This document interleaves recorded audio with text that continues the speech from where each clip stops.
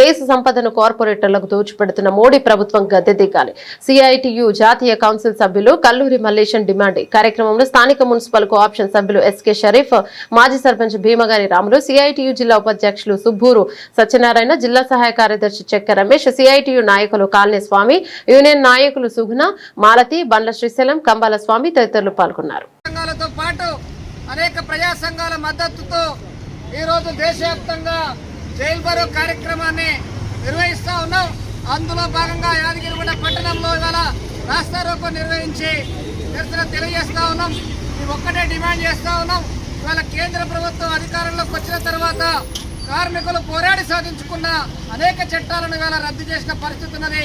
స్వతంత్రానికి పూర్వం ఇవాళ కార్మిక సంఘాలను ఏర్పాటు చేసుకుని హక్కు సాధించుకున్న వాటిని కూడా రద్దు చేసిన దుర్మార్గమైన ప్రభుత్వం మోడీ ప్రభుత్వం. మరొక ఇవాళ ఎప్పుడో వెనకట చికాగో నగరంలో పోరాడే కార్మికులు 8 గంటల పని సాధించుకుంటే ఇవాళ నరేంద్ర మోడీ అధికారంలోకి వచ్చి లేబర్ కోడ్లలో 8 నుంచి 12 గంటలకు అవకాశం కల్పిస్తూ ఇవాళ యాజమాన్యాలకు కార్మికుల శక్తిని దోచుకునేటట్టుగా ఇవాళ ఊడిగం చేస్తున్న పరిస్థితి ఉన్నది. అందుకే ఇవాళ 8 గంటల పనిని యథావిధిగా కొనసాగించాలి, 12 గంటలు చేసే లేబర్ కోడ్లను రద్దు చేయాలని డిమాండ్ చేస్తూ ఉన్నాం. మరొక వైపు ఇవాళ అసంఘటిత రంగంలో పనిచేస్తున్న హమాలీ కార్మికులు కానీ, ట్రాన్స్పోర్ట్ కార్మికులు కానీ ఇవాళ వీళ్ళకి కనీస సంక్షేమ బోర్డు లేదు. ఇవాళ ప్రమాదంలో చనిపోతే దిక్కు దివాలా లేని పరిస్థితి ఉన్నది. 7 సంవత్సరాల తరపు కొట్లాడుతుంటే ఇప్పటికే భవన నిర్మాణ కార్మికులు పోరాడి సాధించుకున్న దాన్నే ఎత్తివేసి ఇవాళ కుట్రలకు తెరలేపిన పరిస్థితి ఇవాళ లేబర్ కోడ్లు ఉన్నది. మరొక వైపు ఇవాళ అంగన్వాడీ టీచర్లు దేశవ్యాప్తంగా ఇవాళ గ్రామీణ స్థాయిలో ఉండే గర్భిణీ స్త్రీలకు, పిల్లలకు పోషకాహారాన్ని అందిస్తూ ఇవాళ విద్యా బుద్ధులు చెప్తూ ఇవాళ ఒక అందమైన భారతదేశాన్ని నిర్మించడంలో ఇవాళ ముఖ్యమైన పాత్ర పోషిస్తున్నది ఇవాళ అంగన్వాడీలు. అట్లాంటి అంగన్వాడీ సెంటర్లను ఎత్తివేయడం కోసం ఇవాళ ప్రీ ప్రైమరీ అనే విధానాన్ని తీసుకొచ్చినారు.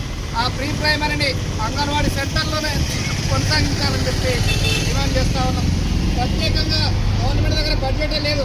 మరి ఏ రకంగా కొత్తగా ఇవాళ ప్రీ ప్రైమరీని ఏర్పాటు చేయగలుగుతారు? అందుకే గతంలో ఉన్న అంగన్వాడీ సెంటర్లోనే ప్రీ ప్రైమరీ కొనసాగించాలి. ఇవాళ PM3 యోజనను తీసుకొచ్చినారు, దానికి నిధులేయడానికి వస్తున్నాయి. వాటిని అంగన్వాడీ సెంటర్ల ద్వారా కొనసాగించేటట్టుగా ఇవాళ ప్రభుత్వం చర్యలు తీసుకోవాలి. ఏళ్ల తరబడి పనిచేస్తూ ఉంటే కనీస వేతనం 26,000 ఇచ్చే చేతగాని దద్దమ్మ ప్రభుత్వాలు ఇవాళ కొత్త పేర్లు చెప్పి ఈ పథకాన్ని ఎత్తివేసి కుట్ర చేస్తూ ఉన్నారు.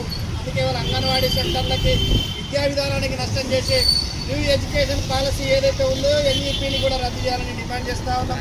అదే కాదు ఇవాళ రైతులకి ఇప్పటికే అందుతున్న ఉచిత విద్యుత్తును ఎత్తివేసేటట్టుగా ఇవాళ విద్యుత్ సవరణ చట్టం వచ్చింది.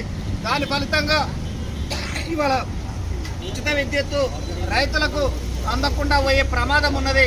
ఇవాళ మన తెలంగాణలో కానీ అనేక రాష్ట్రాల్లో రాష్ట్ర ప్రభుత్వాలు స్కీములు ప్రకటిస్తూ ఎంతో కొంత రైతులకు ఉచిత విద్యుత్ ఇస్తున్నాయి. ఇవాళ దాన్ని ఎత్తివేసేటట్టుగా ఇవాళ కేంద్ర ప్రభుత్వం విద్యుత్ సవరణ బిల్లు తెచ్చింది.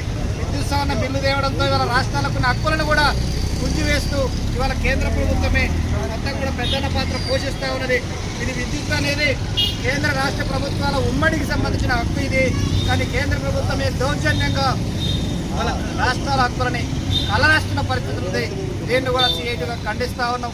ఇవాళ ఎంతో కొంత గ్రామీణ ప్రాంతాల్లో ఉపాధి హామీ పని ఉంటే పని చేసుకునేటోళ్ళు, కానీ ఇవాళ ఉపాధి హామీ పథకాన్ని గతంలో 90% కేంద్ర ప్రభుత్వం ఇస్తే ఇప్పుడు నేను ఇవ్వలేను అని 40% రాష్ట్రమే బలించాలని చెప్తా ఉన్నాం. మరి మన రాష్ట్రంలో రేవంత్ రెడ్డి గారు మా దగ్గర రూపాయి లేదు, మేము దివాలా తీసే పరిస్థితి ఉన్నది, అప్పుల కోసం పోతే వాళ్ళు ఢిల్లీలో చెప్పులు ఎక్కకపోతే ఆమె ఎదురు చూస్తున్న పరిస్థితి ఉన్నదని చెప్పి రేవంత్ రెడ్డి గారు చెప్తా ఉన్నారు. మరి అసలే బడ్జెట్ లేనప్పుడు ఈ రాష్ట్రం ఏ రకంగా 40% నిధుల్ని ఉపాధి పథకానికి కేటాయిస్తుంది? కేంద్ర ప్రభుత్వం GST పేరుతో వసూలు చేస్తూ ఉన్నది.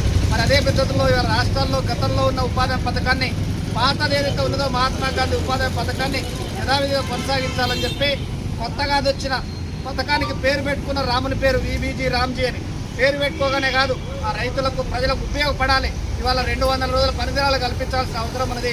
రోజుకు 700 కూలి వచ్చేటట్టుగా ఆ పనికి సంబంధించిన పథకానికి నిధులు కూడా పెంచాల్సిన బాధ్యత ప్రభుత్వానికి ఉన్నది.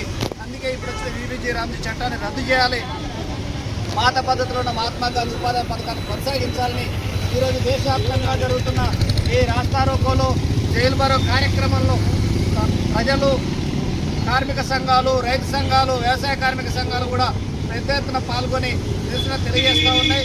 కేంద్ర ప్రభుత్వం ఇప్పటికైనా బుద్ధి తెచ్చుకొని తన విధానాలని వెనక్కి తీసుకోవాలని, లేని పక్షంలో రానున్న రోజుల్లో ఉద్యమాల ద్వారా ప్రభుత్వం